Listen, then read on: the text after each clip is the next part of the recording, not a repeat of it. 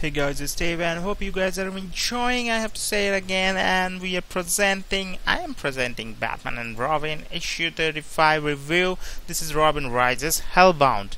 According to the IGN, they are pretty much positive for this book, but it's surprisingly engaging stories of the last few months.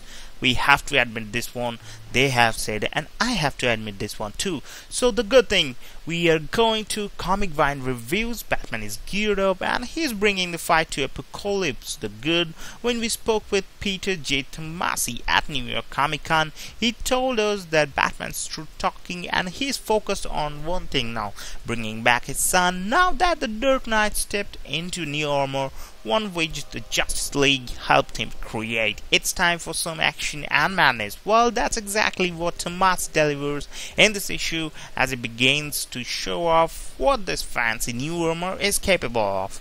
We have already seen on the previous issues that about this armor, and it's action time, so we can expect lots of action in spite of declaration of properties of this armor. One completely unexpected twist, the armor's wings function kind of like a symbiote, and material like this must be pure bliss for the art team. If you simply want to enjoy Batman looking cool as he goes all out, you're going to get that and then some in this one.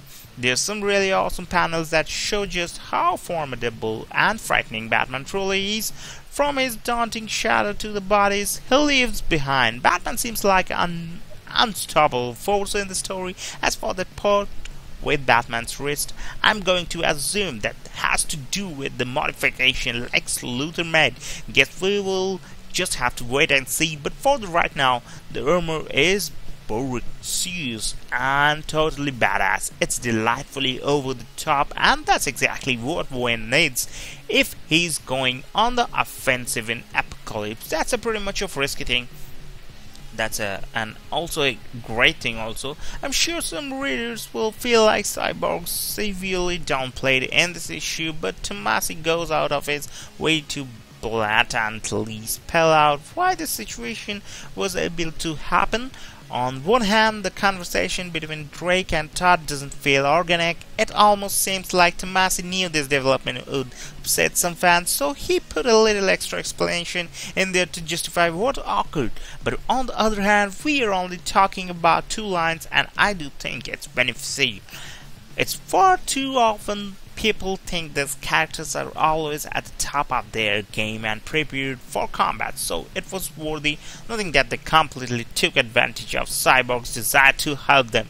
And could he have been more skeptical? Sure, and it's a little tough to swallow. They could disable some holograms but not others. But considering Batman's drastic actions and recent mentality, it wasn't too far-fetched for Cyborg to believe Batman was working alone or that this team couldn't have disabled him so effortlessly. Long story short, it didn't bother me much, and at least Tomasi counters this by having Cyborg become a key part of the story. I couldn't help but smile when Titus went along for the ride as well. So I feel like the dog has to be there, and they're watching him like for the dinner and this kind of things. So I'm not going through I'm not calling the review in the same pace of the comic, but it's kind of off. So, but I have to do the reviewing, and sometimes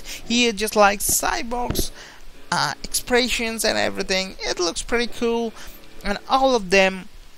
The story is kind of you can say it's too lengthy. Sometime you will see that there was no much needed for that much of talking, but they have talked too much. So the writers and the artist has really worked on that one. So we have to admit that.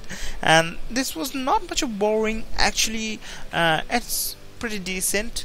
We can go with that one. As entirely expected, Patrick Gleason, Mick and John Callis continue to make this book look so good. This team tends to thrive with horror elements and more graphic and dramatic turns, but the scene in the Batcave was adorable, and it's thanks to Batcow and the cat Demayan called Alfred, but Cow's return his smile, including enough. But Gleason made Alfred so cute. It was a nice little escape from all of the dark and over the top stuff going on everywhere else. But speaking of dark and over the top stuff, this team goes above and beyond to make Batman's new armor look seriously cool. The panel of him gripping an enemy would make anyone tremble if they actually saw the character, and watching how when unleashes is a real sight to behold.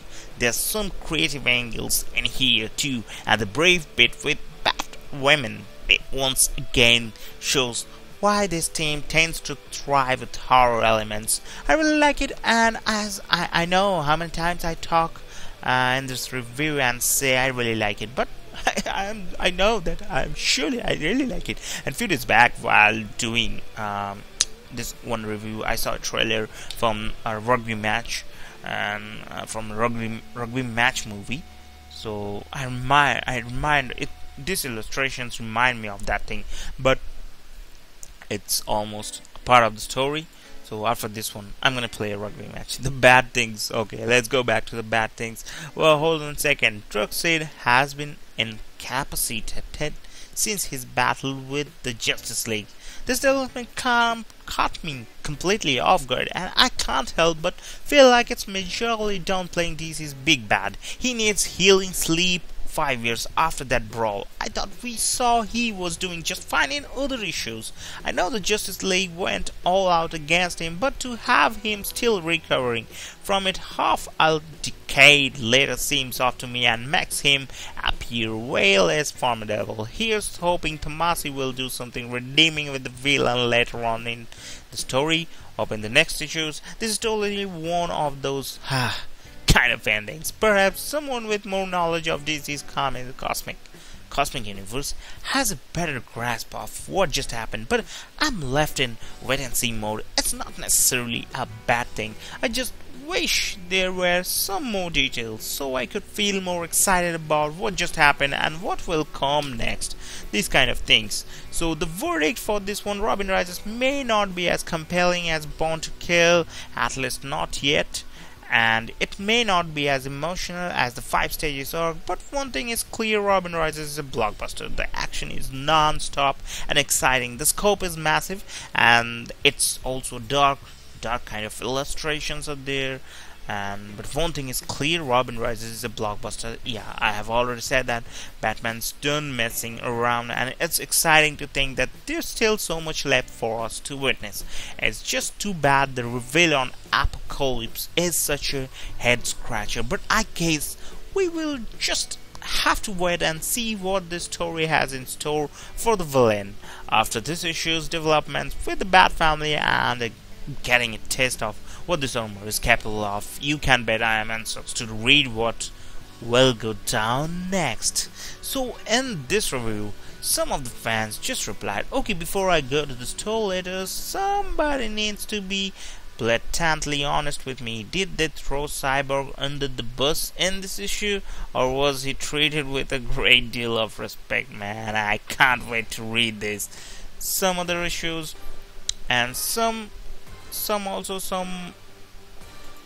good readers also and funny readers also say, wait, what's up with Darkseid? In other words, yes, they did throw him under the bus. Okay, great issue, no beef. Used by comic users, someone is random user. So in the IGN reviews, they say that at the point Tomasi's Batman is done messing around, the character is a wrecking ball in motion, looking to punch, kick, and battering his way through any lackey or grunt stupid enough to get in his way. So that's a pretty much of kind of non-stop action kind of thing. We have seen Batman driven before, but this is some Liam Neeson type focus. Batman utilizing his particular set of skills with a savagery normally saved for a certain clown price of crime. The Messi smartly balances this relentless rage by involving the rest of the Bat crew, again touching on the theme of family. that's been so important to this arc, using Cyborg as the gateway, that it's pretty much not bad. That is pretty much pretty cool. It's a great move, though he really should have seen that. Otherwise, Patrick Gleason continues to dominate the pages. The opening page is a striking precursor of what's to come. So overall, it's a 8.5 rating given by IGN. That is pretty cool, and for me also it's acceptable. I can accept this one also. So in this one, iconic imagery lends itself perfectly to this particular arc, as Batman is able to cut loose in ways we are not used to seeing. So that is pretty not bad. So thanks for watching. Hit like and subscribe for more.